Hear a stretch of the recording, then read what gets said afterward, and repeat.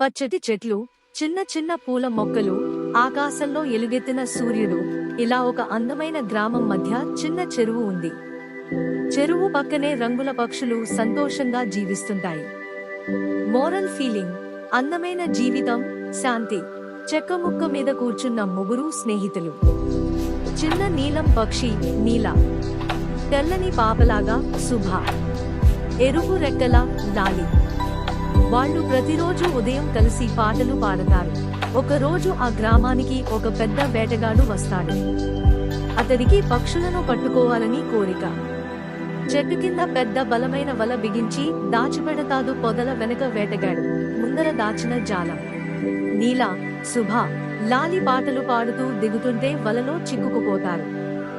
రెక్కలు అటూ ఇటూ కొడుతుంటారు, కానీ బయటపడలేదు. నీలా చెప్తుంది, మనంతా ఒక్కొక్కరిగా ప్రయత్నిస్తే కుదరదు, కలిసి శక్తి పెడదాం. అందరూ ఒకేసారి రెక్కలు పైకి కొడతారు. వాళ్ళు వల సహా ఎగరేస్తూ దూరంగా వెళ్లిపోతారు. వేటగాడు ఆశ్చర్యపోతూ చూస్తుంటాడు. దూరంగా ఉన్న పొదల్లో వాళ్ళ స్నేహితుడు చిట్టి ఎలుక వలని కొరికి కోసి వాళ్లను బయటకు దింపుతుంది. పక్షులు మళ్లీ చెరువు దగ్గరకు వచ్చి పాటలు పాడుకుంటూ సంతోషంగా జీవిస్తాయి.